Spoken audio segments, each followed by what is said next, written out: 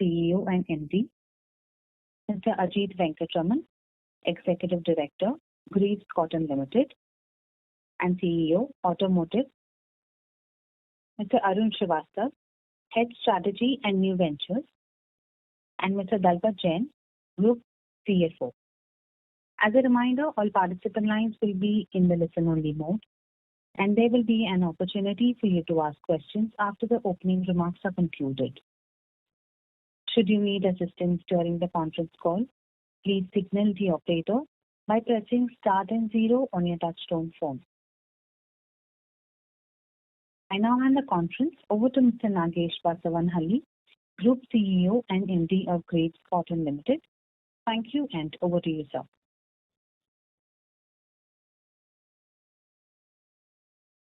Everybody is keeping well and staying safe in these difficult times.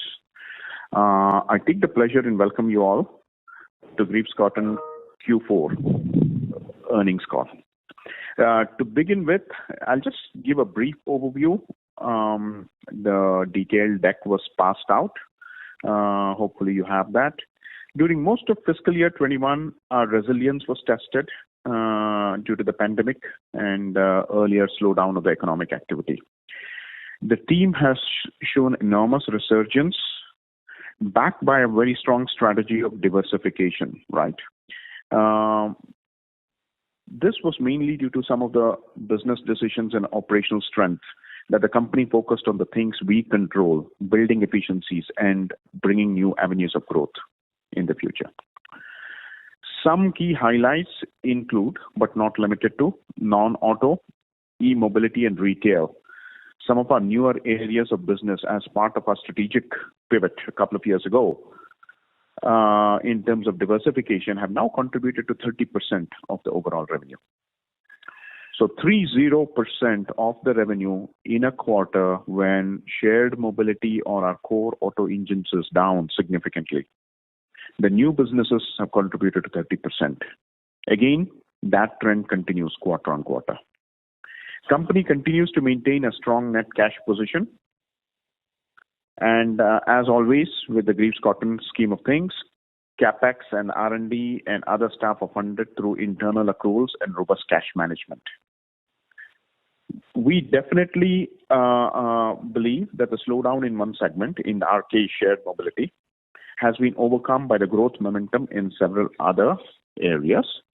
And our focus will continue in some of these other areas. For example, in non-auto, the auxiliary power segment of the genset division had a good market share increase and a good growth, partly because of the opening of the economy, but also because of new product offerings, i.e. the Genius genset or the smart genset. Aftermarket segment has returned to pre-COVID levels. Our e-mobility segment continues on its robust growth trajectory, almost doubling its top line. As a token of our commitment and our transition to forward-looking future businesses, Greaves has committed in setting up a state-of-the-art EV manufacturing facility at Ranipet. You will get to see a glimpse of how that plant will look. And we are working furiously on getting that started and getting incremental capacity. So we've also transitioned to phygital multi-brand retail outlets. Even in the middle of pandemic, we continue to add that. Ampere today boasts of 328 outlets. There are one caveat, although there are a lot of green shoots when I look at Q4, the second wave of COVID and ongoing lockdowns obviously will have an impact on Q1. With that, I hand it over to my colleague, Mr. Jain, who will walk us through the financials. Thank you. Good. Thank you, Nagesh. Good morning, everyone. As Nagesh mentioned, FY21 has been a story of two halves. First half, where the entire economy and business were severely impacted by the COVID. And it's the second half where we saw business recovery and financial performance coming and moving back towards pre-COVID levels. I'm happy to mention in quarter 4, company reported a 35% growth over last year's quarter 4, and we had a total revenue of 520 crores. Company's EBITDA was 42 crores at consolidated level, and it had a PAT of 14 crores compared to 1 crore in quarter 4 of last year. In the second half, which is more comparable, company reported a revenue of 1,015 crores, which was a growth of 12%, and EBITDA of 91 crores. During the pandemic time, what company has been able to manage its working capital cycle. So overall working capital for the company came down to 11 days, and that helped company generate operating cash flow of 169 crores in financial year 21. We ended the year with 273 crores of cash and cash equivalents, which will help company in continue to be able to fund its expansion opportunity. Overall growth in e-mobility, the revenues almost doubled. From 34 crores last year, we reported 69 crores in quarter 4 of FY21. Company will continue to focus on its robust cash management and efficient conversion cycle as we move in FY22. There are headwinds from wave 2 of COVID, which shall impact the company's financial performance maybe in the first quarter of FY22. But as we move forward, the profitability trend will continue to remain in the positive trajectory. With this, I'll open the floor for question answers, and we'll be happy to take the questions from all of you. Thank you. Stay safe. Thank you very much. We will now begin the question and answer session. Anyone who wishes to ask a question may press star and 1 on their touchtone telephone. If you wish to remove yourself from the question queue, you may press star and 2. Participants are requested to use handsets while asking a question. Ladies and gentlemen, we will wait for a moment while the question queue assembles.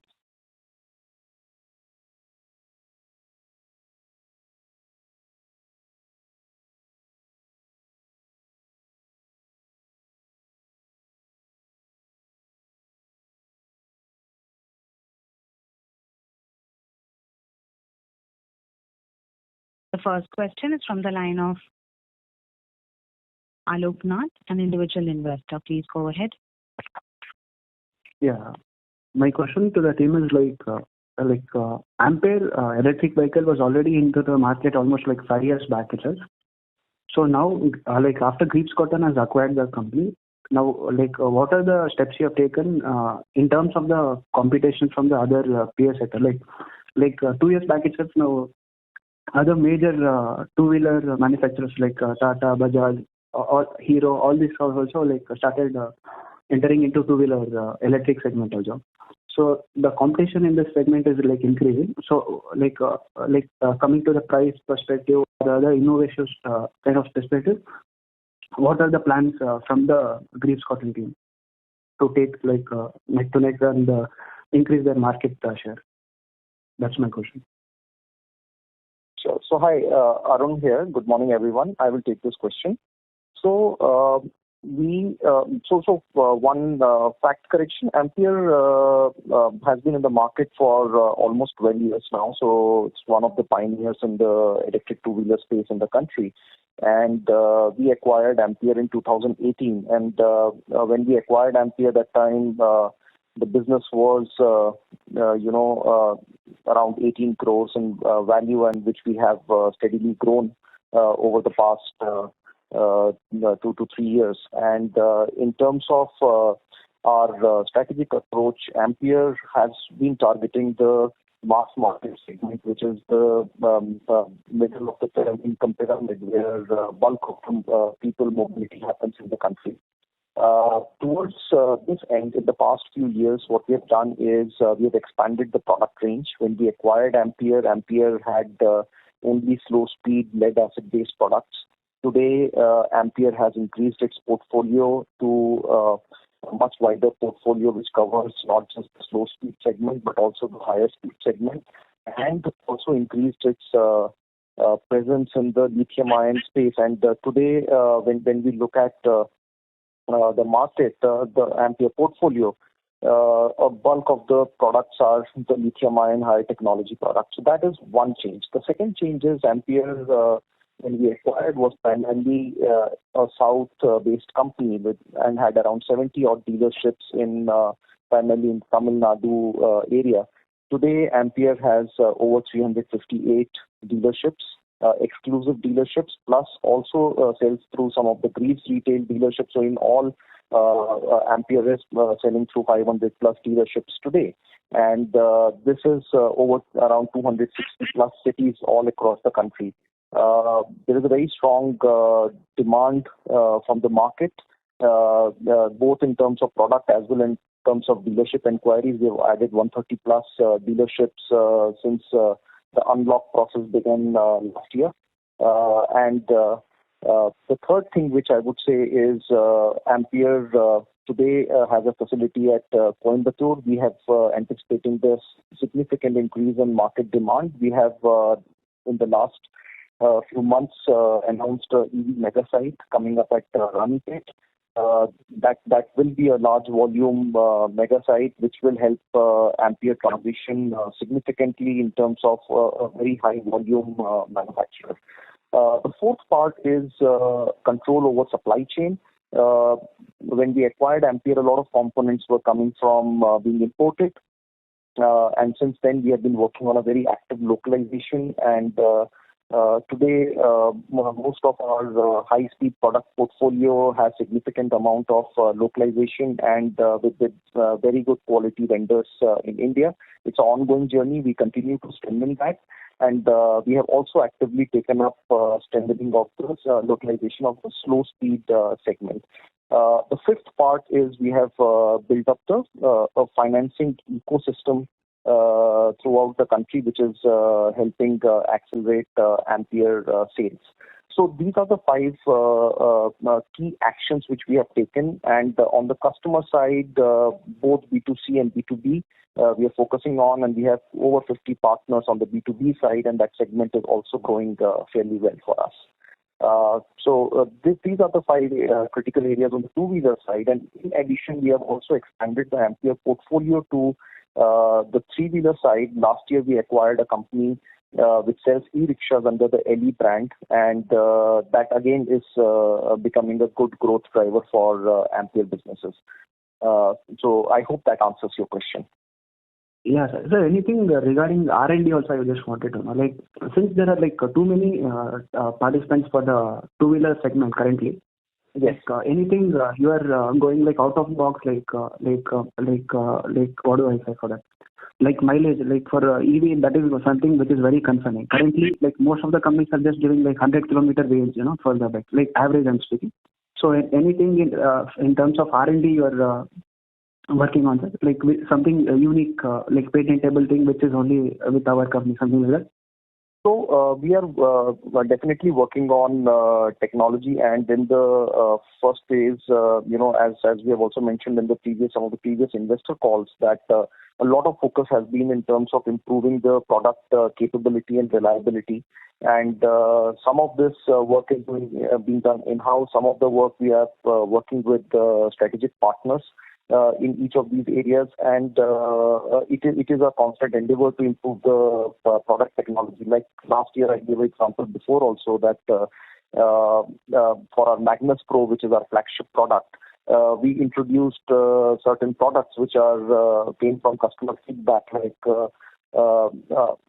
limp home feature, wherein in the last 10% charge, the vehicle goes on to a power save mode so that the vehicle can deliver 10 kilometers additional range, so that the driver is not stranded in the middle of the road anywhere. Or we introduced a software controller-based hill assist features, where if the vehicle is in a traffic jam on a flyover, it doesn't roll back or forward. Similarly, every year we are improving the product capability. Our first generation Zeal to second generation Zeal, which was launched last year, there was a 10% improvement in range using the similar powertrain. So it's a continuous evolution, and we are working actively and investing behind the technology to improve the experience of an electric two-wheeler. All right. Thank you, sir. Okay. Thank you.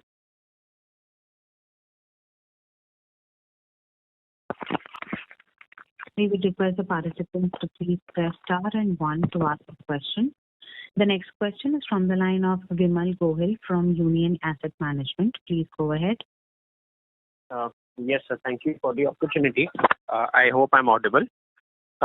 Yes. Sir, my question was again on in relation to the previous participant's question on the competition that is coming up in e-two-wheelers. So basically, just an extension of that. I mean, there is going to be an onslaught in terms of the kind of capital the competition has, be it new players or be it the legacy players. I think everyone has very strong balance sheets. So if at all there is a scenario where there is cutthroat competition in terms of price, how do we plan to counter that? Have we thought about this? I have 2 more questions after that. Sure. So in terms of capital, we have maintained that capital will not be a constraint for the growth for Ampere. Greaves itself has a strong balance sheet, and we have the ability to bring in capital. And if required, we are also open to bringing in external capital to fund Ampere's growth. So capital will not be a constraint of to growth. Like you rightly said, the competition is intensifying, and we expect more people to come into the market. So what we've done is we have been ticking off the boxes in terms of the basics. We have brought in a fairly strong leadership team at Ampere, which can drive the future growth for the business. Also, what we are kind of looking at is in terms of greater control over certain technology. We have mentioned in the past that some of the software and the controller-based technologies, which are the unique to electric two-wheeler, those are some areas where we will have greater control because it defines the experience of electric two-wheeler. Another important thing that I think we should all appreciate is that electric two-wheeler market, which is less than close to 150,000 units, is expected to grow to anywhere between 3 to 5 million over the next 5 years. That is a fairly exponential pace of growth, and I would say that it offers space for multiple people to be in the market and grow. And I'm sure that if we are looking at this market in FY26, there will be some new age companies, there will be some traditional companies who would be there. And our intent is and our plan is to be there as a new age competitor in the market when we look at in FY26 with a strong positioning. Right. The question was actually more to while your insights are well taken, sir. If at all the competition is sort of aggressive on pricing, will Greaves also look to be as competitive in terms of price, or will we maintain our premium sort of whatever? If at all we are at a premium to competition, we'll sort of continue to maintain that and focus on profitability or better quality growth. What would be our approach there? If that Arun, I will take that. I will take that. Yeah, just to answer the question, this is Nagesh. So clearly, Ampere backed by Greaves ecosystem, right? When I'm talking about Greaves ecosystem, in addition to the technology, the people, the leadership, that we also have 10,000 plus mechanics, 7,000 plus retail stores that can provide uninterrupted journey, right? So and plus we have Greaves Finance to back some of the financing needs. So when you look at the overall ecosystem or a solution is what the Ampere Greaves solution is offering. Point number 1. Point number 2, we continue to strengthen the team, continue to invest in technology. We play in the heart of the market. We have 75,000 customers and we've been in the market for 10 plus years, which means we understand the duty cycle requirements, right? So I am not going to answer a hypothetical, but enough to say that our value proposition will remain strong. Our product differentiation will continue to evolve, and our customer connect, especially our HOLA, HOLA, Happy Ampere's League of America, right? Happy Owners League of Ampere. Owners League of Ampere, excuse me. that will continue. That community connect will continue. That customer connect will continue. So I am not, we believe we offer a value proposition, and that value proposition, as you've seen, through the last 4 quarters has increased from being a slow speed to high speed, lead acid to lithium, pan India, over 260 cities available, right? B2B plus B2C. So I think our value proposition will continue, and that's kind of where I leave that. Fair enough, sir. Sir, just on the financials of Ampere, if I observe this time around, our contribution margin from Ampere has sort of improved, but we are still not close to where the peak gross margins were in Ampere. So what is the outlook there? What is the sort of sustainable, contribution margins we are looking at for Ampere? For example, in this particular quarter, we have reported 20% sort of gross margin, which is a significant improvement from the last quarter. But I observe that we've done somewhere near 20, 28, 24 as well. So should we expect an improvement going forward, given the change in mix to high-speed scooters going forward? Yeah. So in terms of margins, are a factor of 2 things. One is volume, and second is the supply base. So in the past few quarters, what we've done, like I said, we've accelerated our localization journey. We have started partnering with local suppliers and local vendors, which has exerted some sort of upward pressure on the costs, because that Indian supply base is still emerging. So I would say that it's a journey. We are hopeful that the margins will improve, but right now the thrust is on ensuring good quality suppliers and good quality components going into our products. Dalpat, you may want to add on that. Yeah. So Arun, I think you're well covered. But coming back to the question, yes, in long term, the margins will go back to where it was. In fact, it can go higher than that, because this localization in short term will have some impact, but in long term, it will give more benefit than where we were earlier. Thank you. We would request the current participant to please come back in the question queue for any follow-up questions, as we have several participants waiting for their turn. The next question is from the line of Ashutosh Tiwari from Equirus Securities. Please go ahead. Yeah, hi sir. Congrats on decent numbers. I think leaving aside electric 3-wheeler diesel engine, I think across the segment we've done very well in terms of YoY growth or QoQ growth. The first question is on Ampere. What would have been the mix of high speed in this quarter? So roughly, high speed, is close to 40% of our portfolio now. Okay. And Ampere losses. If I look at electric mobility EVIT loss in this quarter versus last quarter, despite the fact that sales have improved, our losses have gone up. Any particular reason behind that? So I think the EVIT loss was 11.2 crores in the quarter versus 7.9 crores in the previous quarter. Yeah. So Ashutosh, there is a 4.2 crore of a one-time accounting impact pursuant to India's adjustment. So that's a one-time component. The operating losses have reduced compared to the previous quarter. It has come down to below 7 crores. Okay. And lastly, we are doing quite well in this non-auto engines as well. I think quarter on quarter we are seeing good growth for us. So just to understand the potential of this market, what is the size of market and what is probably our market share, and where we are looking forward to where this volume can go to, and not is I don't know exact numbers and all, but directionally where we are in terms of market share and what is the potential size for us? Sure. So Ashutosh, this is one of the diversification areas which we have been very actively working upon on the non-automotive engine side, and now it has started to grow rapidly.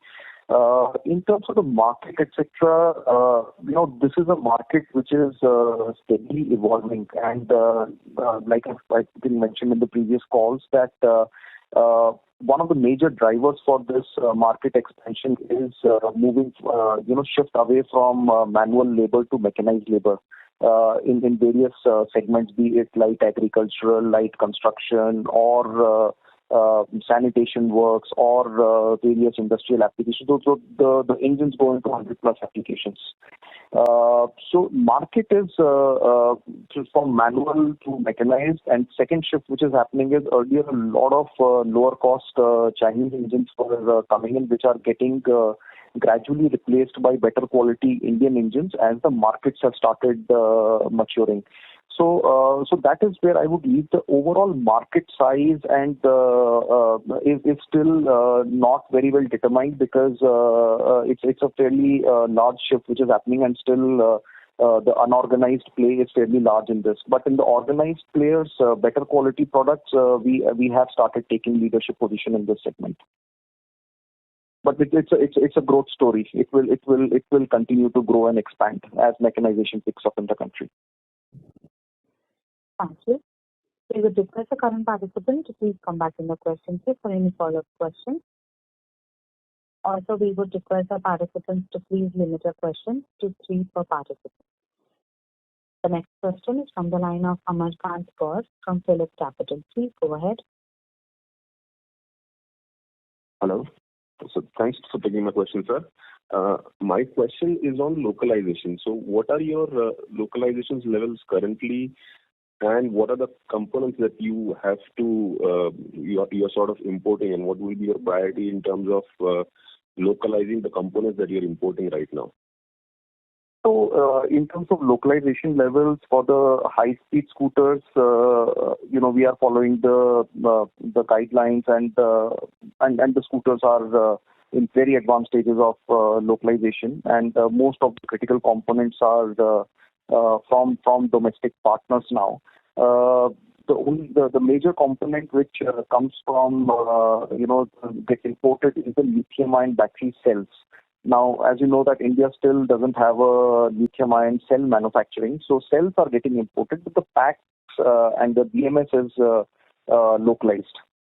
So that is on the high-speed side. So, on the slow-speed side, where there are no regulations on localization, there, as part of our strategy, we have initiated the localization journey. That may take slightly longer, but we are well on our path to localizing that as well. Okay, thank you, sir.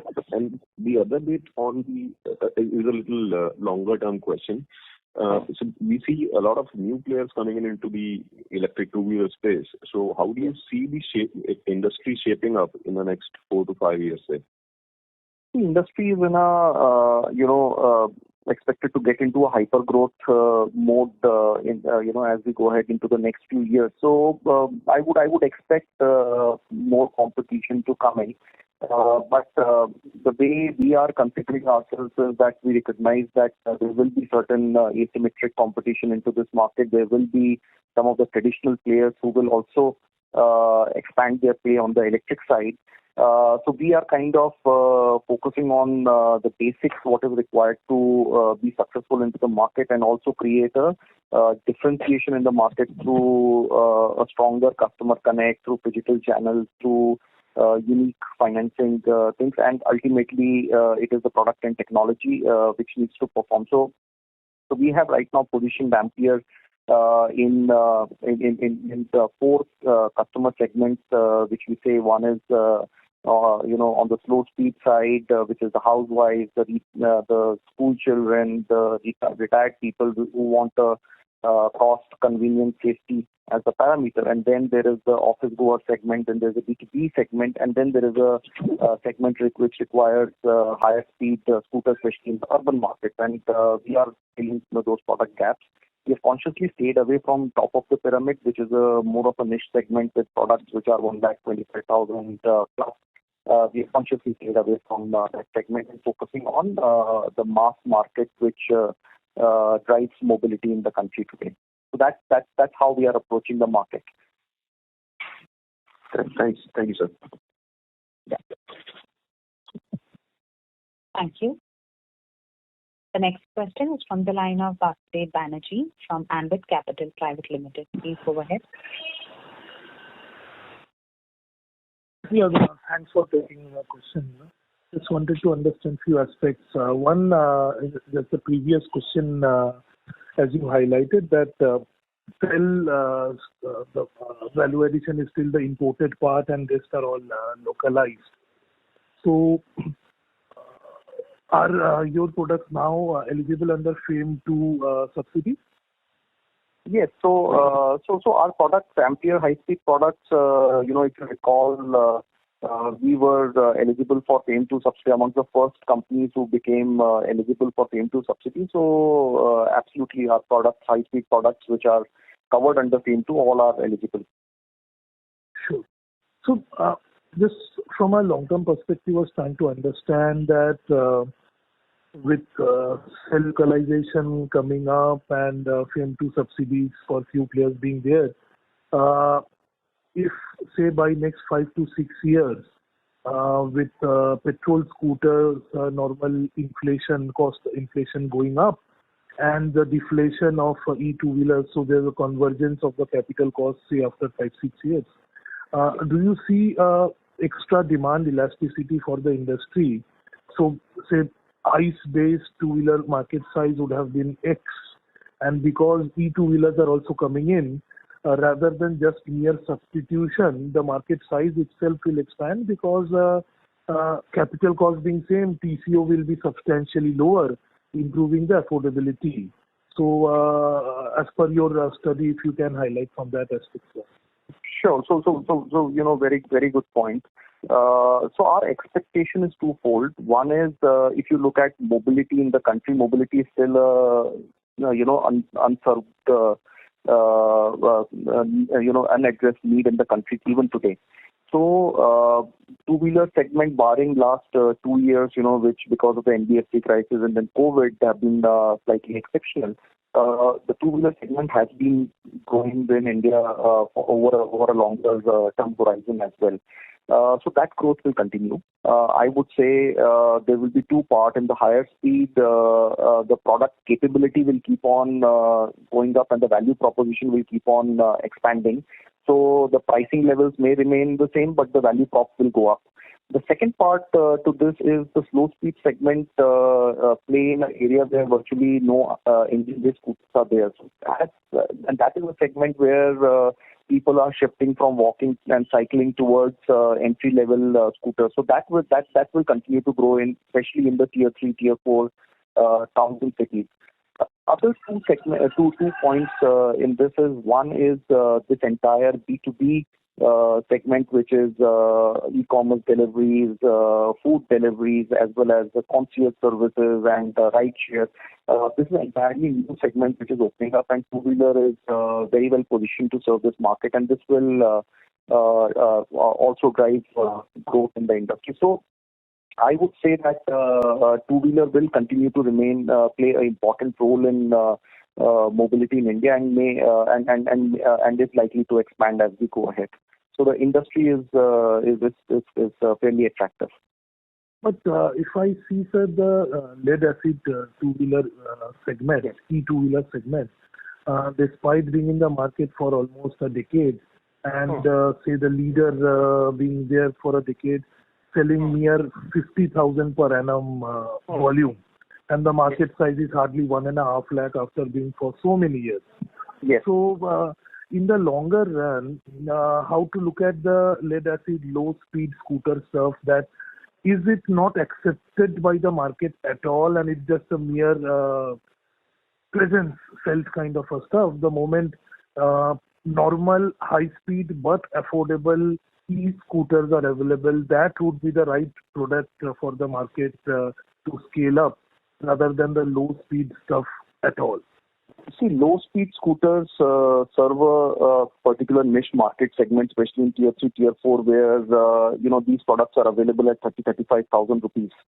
So they have their own market, but what will start happening as the lithium-ion cost starts coming down, even some of those products will start gradually transitioning to better technology, lithium-ion based batteries. So that shift will happen, but India will continue to have a play in both slow-speed scooters and high-speed scooters. But high-speed scooters will grow much more rapidly as we go ahead in future. because they kind of close the gap between the engine-based scooters and electric scooters. And last question, sir. When do you see proper localization of cell manufacturing also? Because if some new player is commenting on 10 million capacity, obviously such scale is only possible through local manufacturing down the line. It can't be at an imported cost. So how do you see building capability of local cell manufacturing and timeline? So local manufacturing of lithium-ion cells will start in India. It's a high investment game, and there are some players who have already started announcing their plans. The government has also given incentives through PLI scheme. So there will be local manufacturing as we go ahead over the next few years. So I don't want to comment on a timeline on anybody else's behalf. But as part of our stated strategy, since the lithium-ion cell chemistry is also evolving fairly rapidly, we have stated in the past as well that we would like to remain cell agnostic. We won't get into lithium-ion cell manufacturing. It's the pack and BMS where we are looking at taking greater control going ahead in future. So whatever chemistry is suitable for the products, we will take the requisite cells from the market. Today it is imported, tomorrow it will be domestic partners. Thank you. The next question is from the line of Naitik Modi from Overchem Portfolio. Please go ahead. Yeah, thank you for the opportunity, sir. Sir, you said there are some 360 odd dealers, right? Is that correct? Yes, so Ampere has around 328 exclusive dealers. Plus, there are certain there are Greaves retail outlets as well which sell Ampere. So overall, it is 500 plus retail points. Right. So out of these exclusive dealers, how many of them are actually active, and how do you define active internally? So most of our dealers are active. So they may be at various stages of evolution, like I mentioned that almost 130 out of that have been added in the since the block process began in H2 last year. So, but most of the dealerships are active today, and active is defined by their regular purchases. And typically, what is the profile of these dealers? Are they existing dealers of auto within the automotive segment, or it is a mix? It is a mix. There are certain viability is a issue, right? So there are two parts. One is the dealerships are configured in a way that the initial capital requirement is on the lower side. Also because unlike an engine-based two-wheeler, electric two-wheeler, the service requirements are also fairly lower. So they are not built on life cycle value extraction. So we have consciously factored that in and kept the initial investments low. The second part is most of the dealers who are also coming in recognize that this industry is at a cusp of significant expansion going ahead in the next few years. So they are also people who are willing to stay with us and stay invested over a longer term. But the very fact that we don't see much dealer attrition also shows that dealers are meeting their viability and are willing to stay invested with us. So we have a very strong dealer demand. Okay. And as you said that traditionally Ampere as a brand was more of a south-based brand. Yes. So please give us the revenue split for region-wise for two-wheelers. So I would say that, we don't give the region-wise split. I would say that from Tamil Nadu now it has expanded to entire southern market. West has picked up. North and east are the areas where we are now focusing on expanding our penetration. So it is fair to say that most of the revenue is primarily from south and west. And that's also true with the two-wheeler electric auto market as well right now. The three-wheeler market is much stronger in the north and east because that is where the bulk of the e-rickshaw market is there today. Okay. And what is the revenue split between two-wheeler and three-wheeler for us? For the Q4FY21? So typically revenue split we don't give, but the volume split we have given in the presentation. Yeah. So the three-wheeler company is a part of Ampere. Is that correct? It is a subsidiary of Ampere, yes. Ampere owns 74% in the three-wheeler company. So in the Ampere balance sheet, it is consolidated? Yes. All right. Thank you, sir. Thank you very much. Okay.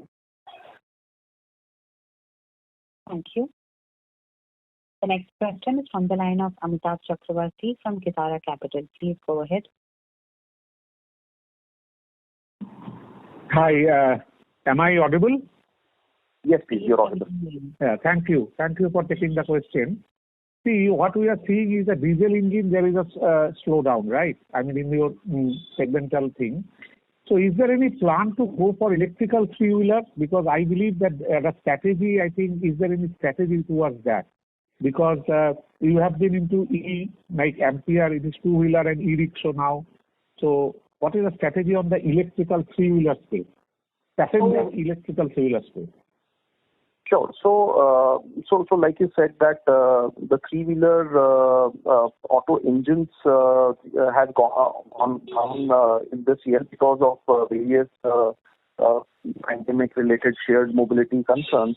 And our strategy till now has been, we have looked at two-wheelers, we have looked at e-rickshaw. And as the market starts moving towards our philosophy is that as things start getting ready into a commercialization ready stage, we will look at that. So three-wheelers, right, electric auto rickshaws is something as part of the future, and at the right time we may discuss that as well. But right now our thrust is more towards electric two-wheeler and electric rickshaws, which are expanding rapidly and are larger parts of the market today. Okay, thank you. Thank you. The next question is from the line of Bhargav from Emkay Global Financial Services. Please go ahead. Hi, sir. Thank you for the opportunity. Am I audible? Yes, please. Yeah. So I wanted to know about the capex plans for the next 2 to 3 years, if you can give any guidance on that. And wanted to know how much of the percentage would be more on the e-mobility part. And the second would be how many of your Ampere vehicles are financed, as in a percentage of sales? So Bhargav, let me take the first part. In terms of the company's capex plan, as you know, in the GCL standalone, we have spent around 40 crores in FY21. And capex around that should continue as we move forward. Around 40 to 50 crores of annual capex, depending on the market conditions. About e-mobility, we had announced 700 crores of total investment in capital and working capital over a period of 10 years. So that will be more or less proportionate as we go forward in next 3 to 5 years' time. Okay. Yeah. Arun, you may want to answer the second part about the financing of vehicles. Yeah. So on the financing side, the financing penetration is gradually growing. Till for the past 2 or 3 years, when Ampere had a much more dominant slow speed segment, there the financing levels were fairly low because the slow speed vehicles are not registered. So that is where the financing penetration is low. But on the high speed side, it is gradually picking up. We don't want to give the exact numbers, but it is starting to become an important constituent on the B2C side. So, but the industry, I think, is numbers are almost 30 to 40% are the financing levels on the electric two-wheelers, high speed. Okay. Thank you very much, sir. Thank you. Thank you. The next question is from the line of Jay Shankar Nair from IIFL Asset Management. Please go ahead. Thank you, sir, for taking my question. Hope I'm audible. My question was in terms of segment, standalone, on Concall segment, the engine is currently 48%. Any sense, a broad sense is also fine with regard to auto and non-auto engine and how the absolute number has actually changed. If can give some sense, because what we are observing is that the auto engines are actually coming down and non-auto engines are disproportionately going up in terms of your volumes what you disclose. To get a broad sense as to how much it will. That's what you want to take that? Yeah. So the change in the auto composition is linked with the temporary COVID situation, and as we know, shared mobility has come down significantly. And within the auto overall three-wheelers, passenger vehicles contribute a significant part. Overall, from last year, it has come down from 54% to 48% in terms of overall engines business revenue. And within that, composition of non-auto has increased this financial year. Next financial year, we expect with the recovery, we should move back to where it was. Though non-auto applications will continue to grow faster because we have increased offerings out there with smart IoT-based engines and all. But overall, auto engines will continue to have dominant share in the overall engines as we move forward. So that is one part, and also, if you look at a longer time horizon, engines business as a portfolio used to be 75% plus for us if we go back a few years in the past. So we have steadily been de-risking this, but like Dalpat said that as auto engines come back in the later part of the year, this will go back slightly up. And within this segment, there will be a diversification between auto and non-auto, and I think some of those are visible in the numbers, the volume numbers. Yeah, but would it be correct to say that of the total 520 crores in the quarter, 10 to 12% would be non-auto engines? Yeah, those volumes are there in the presentation, and you are right. That's the kind of share which is there. And my second question was with regard to the on the cost front, at least on the standalone numbers, we post the Ramipet, your costs had actually come down in terms of employee and other expenses, and we are seeing it actually moving. So is it the more sustainable number what we are seeing in the current quarter, or is it there is an impact of seasonality on it? So overall overheads have come down by 16% in FY21. Out of that, I would say, as we had mentioned in the previous earnings calls also, there will be minimum 10% of reduction in the fixed cost base, and that is something which is sustainable. Some part of the 16% reduction will come back because those were related to travel and other COVID-linked reductions. Yeah, and one last question with regard to the tax rate was unusually high. Any particular reason for that in the current quarter? So there are, because of PBT being smaller, there are few items like 43B or CSR, right, which continued at the same amount. Now, they as a percentage of PBT, taxable PBT became a higher percentage. So nothing in terms of structural change. It was more the base becoming a smaller one this year. Thank you. We would require the current participant to please come back in the question queue for any follow-up questions. The next question is from the line of Aditya Makharia from HDFC Securities. Please go ahead. Yeah, hi. I just wanted to understand what is the new capacity which we are setting up, and what is the capex and the timelines for the same? Thanks. Yeah, so I think your question was for the electric vehicles part. So in terms of the capacity, what we've announced is that this plant can go up to 1 million units, and there is a potential to go up even further as we go ahead in future. And we will do it in phases. The initial part will be on slightly lower, but it will get ramped up. And like Dalpat mentioned earlier, that we have committed around 700 crores of total capital and working capital investments over a 10-year horizon for this business. So by investing 700 crores, you can reach 1 million units. Is basically what you're mentioning. So the capex will be staggered. No. So yeah, capex will be staggered, and for reaching 1 million, you don't need capex of that. It's a combination of capex, working capital investments overall. We are not giving specific breakup. As you know, there are sensitivities around that number. But overall, capex is going to be a smaller portion of that 700 crores. Okay, and you mentioned that you're localizing by, only the cell is what you will import, and the BMS and everything else you will make in-house. So does this factor all this localization also? So you are buying from vendors? So one correction, not everything will be in-house. We have developed strategic vendors, and as the volumes pick up in future, we will look at selective make versus buy. But right now, we are working through strategic vendors. Okay, which includes for the BMS as well, right? That's where you have a strategic vendor. Yes. Today we are working through partners. Okay, so it's a fairly asset-light business. I mean, that's just what I was trying to get at. If you're going to be reaching a million, as of now, yes. That's correct. But as we go ahead into the future, certain key technologies we will take some control in-house, and we will announce that at the right time. Okay, got it. Thank you. Thank you.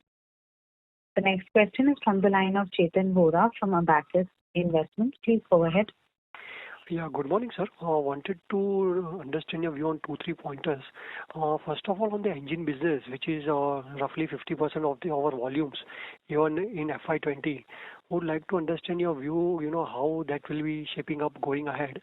And the other two things were the quarterly thing, wherein we saw the employee cost and the other expenses on a QOQ basis have increased quite sharply.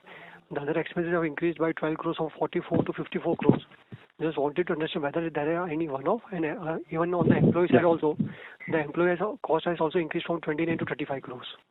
Yeah. So Kunal, it's a natural classification under our published results. So total increase is 16 crores between both these heads. Out of 16 crores, 5 crore is linked with the revenue growth. There are 7 crores of expenses which are one-time nature. So gratuity because of discount rate coming down, overall actual provisions going up, and those kind of things. 3 crore is a recurring cost increase in this entire 16 crore. Okay. And on the engine business? Yeah. So, Ajit, do you want to take it for the automotive part? So, Chetan, we did see some green shoots towards the end of 2020.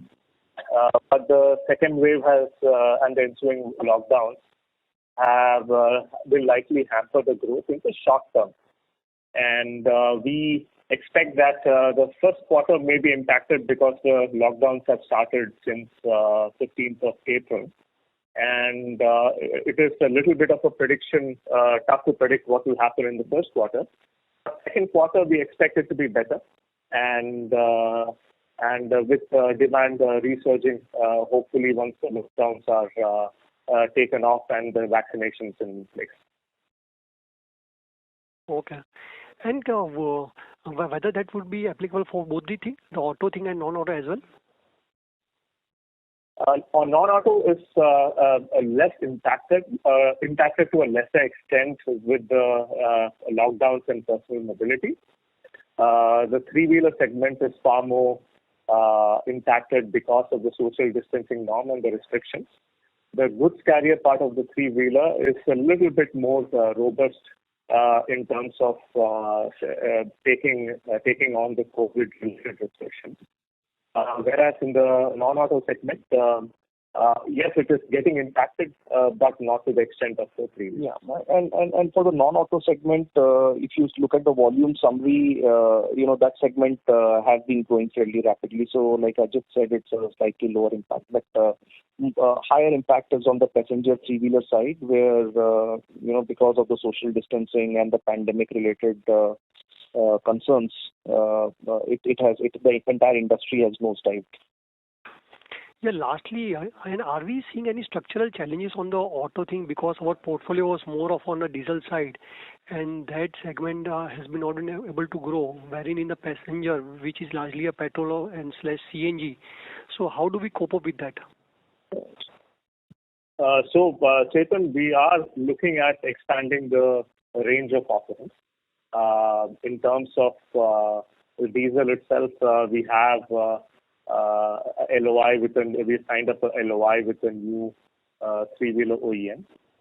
We have also got a four-wheeler microcar segment international OE who has signed up with an MOU with us. In addition to that, we are also looking at expanding with the new opportunities and entering new segments as well. our CNG portfolio is also quite strong, and we will be launching a product with one of the large OEMs this quarter. Okay. Okay. Thank you.